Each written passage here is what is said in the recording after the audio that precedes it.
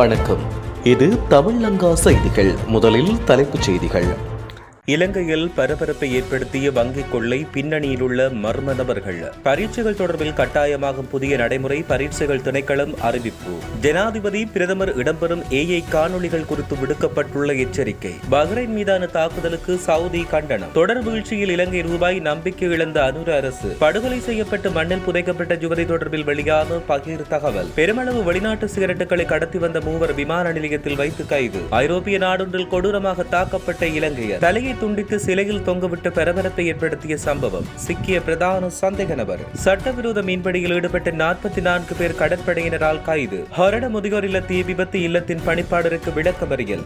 24 மணித்தியாலத்துக்குள் மகிந்தவை கைது செய்யலாம். அனூர் அரசாங்கத்துக்கு பொன்சேகா காட்டும் வழி. கொரோனையின் அரச வங்கியொன்றில் ஏடிஎம் இயந்திரங்களில் வைப்பதற்காக எடுத்துச் சென்ற சுமார் 3.5 கோடி ரூபாய் பணம் கொள்ளையடிக்கப்பட்ட சம்பவம் தொடர்பில் தீவிர விசாரணைகள் ஆரம்பிக்கப்பட்டுள்ளன. இந்நிலையில் இந்த கொள்ளையின் பின்னணியில் உள்ள குறித்த வங்கியில் பணியாற்றும் ஒரு ஊழியரை இருக்கலாம் என்று போலீசார் தெரிவித்தனர். கொள்ளை சம்பவம் நடப்பதற்கு சில மணித்தியாலங்களுக்கு முன்னர் வங்கியின் ஊழியர்களுக்கு வந்த தொலைபேசி அழைப்புகள் குறித்து போலீசார் விசாரணை மேற்கொண்டு வருகின்றனர். பணக்கொள்ளையின் பின்னரும் அன்றைய தினம் வங்கியின் சில ஊழியர்களுக்கு கிடைத்த தொலைபேசி அழைப்புகள் மற்றும் அவர்கள் தொடர்பு கொண்ட தொலைபேசி இலக்கங்களும் விசாரணைக்காக பயன்படுத்தப்பட்டுள்ளன. வங்கியிலிருந்து வீதியில் உள்ள கட்டடங்களில் பொருத்தப்பட்ட சிசிடிவி கேமரா அமைப்புகளும் சோதனைக்குட்படுத்தப்பட்டு வருவதாக தெரிவிக்கப்படுகின்றமையும் குறிப்பிடத்தக்கது. இலங்கையில் இனிவரும் காலங்களில் கல்வி பொது தராதர சாதாரண தர பரீட்சைக்கான விண்ணப்ப படிவத்தில் தமது தேசிய அடையாள அட்டை இலக்கத்தை குறிப்பிடுவது கட்டாயமாக்கப்பட்டுள்ளது. தேசிய அடையாள அட்டை இலக்கத்தை குறிப்பிடாத பாடசாலை மாணவர்களதும் அதேபோல் தனிப்பட்ட விண்ணப்பதாரர்களின் பரீட்சை பெறுபவர்களை வெளியிடாதிருக்க பரீட்சைகள் திணைக்களம் தீர்மானித்துள்ளது. டிசம்பர் மாதத்தில் நடைபெறவுள்ள இந்த பரீட்சைக்கான விண்ணப்பங்களை இந்த மாத இறுதியில் அல்லது அடுத்த மாத தொடக்கத்தில் கோருவதற்கு பரீட்சைகள் திணைக்களம் திட்டமிட்டுள்ளதாக தெரிவிக்கப்படுகின்றமை குறிப்பிடத்தக்கது. ஜனாதிபதி மற்றும் பிரதமர் இடம்பெறும் செயற்கை நுண்ணறிவு மூலம் உருவாக்கப்பட்ட மோசடி காணொலிகள் குறித்தும் இலங்கை கணினி அவசரகால தயார்நிலை பேரவை எச்சரிக்கை விடுத்துள்ளது. ஜனாதிபதி அனுகுமார் திசாநாயக்க, பிரதமர் ஹரணி அமரசூரிய மற்றும் பல முக்கிய பிரமுகர்கள் இடம்பெறும் செயற்கை நுண்ணறிவு மூலம் உருவாக்கப்பட்ட போலி காணொலிகள் இணையத்தில் பரவி வருவதாக இலங்கை கணினி அவசரகால தயார்நிலை பேரவை பொதுமக்களை எச்சரித்துள்ளது. இந்த டீஃபேக் காணொலிகள் தலைவர்களையும் பிரபலங்களையும் தவறாக சித்தரித்து வாக்குறுதி அளிக்கப்பட்ட வருமானத்துக்காக பணத்தை முதலீடு செய்ய மக்களை ஊக்குவிப்பதற்கான நிதி மோசடிகளின் ஒரு பகுதியாக பயன்படுத்தப்படுவதாக அந்த அமைப்பு தெரிவித்துள்ளதாக கூறப்படுகிறது. அமெரிக்காவின் வாஷிங்டன் நகரில் நடைபெற்ற தொடர் பேச்சுவார்த்தைகளை அடுத்து இஸ்ரேல் மற்றும் லெபனான் அதிகாரிகள் போரை நிறுத்த ஒப்புக்கொண்ட நிலையில் இஸ்ரேல் நடத்திய புதிய ட்ரோன் தாக்குதலில் லெபனானில் பலர் காயமடைந்துள்ளனர். இந்த போர் நிறுத்த அறிவிப்பு வெளியாவதற்கு சில மணி நேரங்களுக்கு முன்பு வரை தெற்கு லெபனானின் காந்தாரா பகுதியில் இருந்த இஸ்ரேலிய படையினர் மீது ஏவுகணை தாக்குதல்களை நடத்தியதாகவும் மூலோபாய முக்கியத்துவம் வாய்ந்த ஃபோர்ட்ஸ் கோட்டைக்கு அருகில் இருந்த துருப்புக்கள் மீது ட்ரோன்களை ஏவியதாகவும் ஹிஸ்புல்லா அமைப்பு தெரிவித்துள்ளது. தற்போதைய போர் நிறுத்த சூழலில் ஹிஸ்புல்லா அமைப்பை நிராயுத பாணியாக்கும் உள்நாட்டு அழுத்தங்கள் அதிகரித்து வருவது அந்த அமைப்பின் எதிர்காலத்துக்கு பெரும் சவாலாக மாறியுள்ளமையும் குறிப்பிடத்தக்கது. அரசாங்கத்தின் பொருளாதார முகாமைத்துவம் மீதான நம்பிக்கை வீழ்ச்சியடைந்து வருவது நாணய மதிப்பின் மீது மேலும் அழுத்தத்தை ஏற்படுத்தக்கூடும் என எதிர்க்கட்சி நாடாளுமன்ற உறுப்பினர் கர்சடி சில்வா தெரிவித்தார். இலங்கை ரூபாயின் அண்மைக்கால வீழ்ச்சி குறித்து கவலை வெளியிட்டுள்ளார். தற்போதைய பொருளாதார நிலைமை குறித்து அவர் கருத்து வெளியிட்டுள்ளார். அமெரிக்க டாலரின் மதிப்பு சுமார் 342 ரூபாவாக உயர்ந்துள்ள அதேவேளை உத்தியோகபூர்வமற்ற சந்தையில் இதன் விகிதம் 345 ரூபாவுக்கும் அதிகமாக இருப்பதாக பதிவாகியுள்ளதாகவும் குறிப்பிட்டுள்ளார். கண்டியில் இளம்பெண்ணை கொலை செய்து வீட்டுக்கு அருகில் மண்ணில் புதைத்ததாக குற்றம் சாட்டப்பட்ட நபர் ஒருவர் கைது செய்யப்பட்டுள்ளார். தெல்தனிய ரங்கல பிரதேசத்தில் பெண்ணை கொலை செய்த நிலையில் சந்தேக நபர் அங்கிருந்து தப்பியோடியுள்ளார். இந்நிலையில் நேற்று மீண்டும் வீட்டுக்கு வந்த நிலையில் அவரது வீட்டு தோட்டத்தில் ஒளிந்திருந்த போது போலீசாரால் கைது செய்யப்பட்டார். கைது செய்யப்படும் போது சந்தேக நபரிடமிருந்து ஒருவித நாற்றம் வீசியதால் அவர் விஷம் குடித்திருக்கலாம் என்ற சந்தேகத்தில் அவரை தெல்தனிய வைத்தியசாலையில் அனுமதிக்க போலீசார் நடவடிக்கை எடுத்தனர்.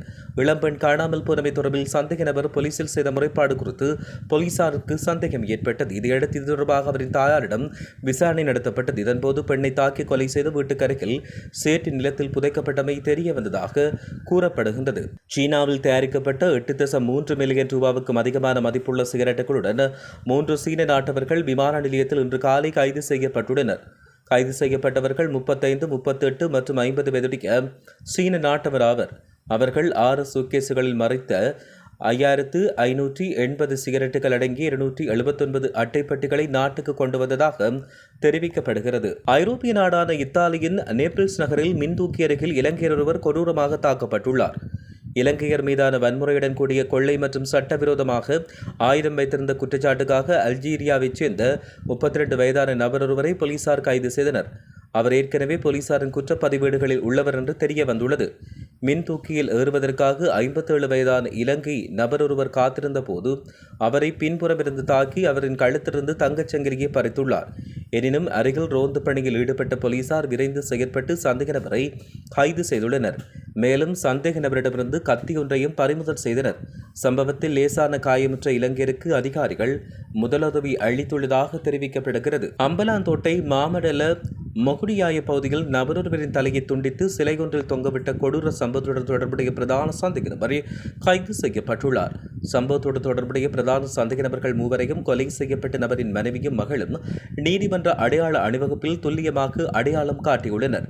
இந்த 3 சந்தேக நபர்களும் அம்பாந்தோட்டை பிரதான நீதவான் ORB நெலும்தெனிய முன்னிலையில் வியாழக்கிழமை அடையாள அணிவகுப்புக்கு உட்படுத்தப்பட்ட போது சாட்சியாளர்களான மனைவியும் மகளும் அவர்களை அடையாளம் காட்டியுள்ளதாக தெரிவிக்கப்படுகிறது. கடந்த மே மாதம் 16ஆம் தேதி முதல் 31ஆம் தேதி வரையான காலப்பகுதியில் முன்னெடுக்கப்பட்ட விசேட நடவடிக்கையின் போது சட்டவிரோத கடற்றொழில் நடவடிக்கையில் ஈடுபட்ட 44 நபர்களை இலங்கை கடற்படையினர் கைது செய்துள்ளனர்.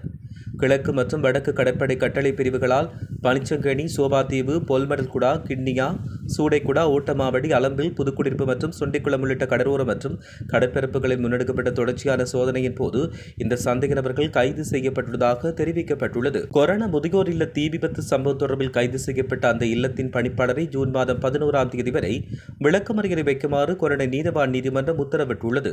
இந்த விபத்து சம்பவம் தொடர்பான வழக்கு இன்று நீதிமன்றத்தில் விசாரணைக்கு எடுத்துக் கொள்ளப்பட்ட போதே நீதவான் இந்த உத்தரவினை பிறப்பித்துள்ளார். கொழும்பு பொரளை பகுதியில் கூர்மையான ஆயுதத்தால் தாக்கப்பட்டு படுகாயமுற்ற நபர் ஒருவர் கொழும்பு தேசிய வைத்தியசாலையில் அனுமதிக்கப்பட்ட பின் சிகிச்சை பலனின்றி உயிரிழந்தார்.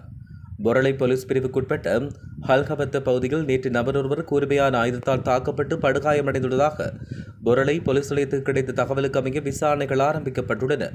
இவ்வாறு உயிரிழந்தவர் பொரளை பகுதியைச் சேர்ந்த 33 வயதுடையவர் என்று தெரிவிக்கப்பட்டுள்ளது.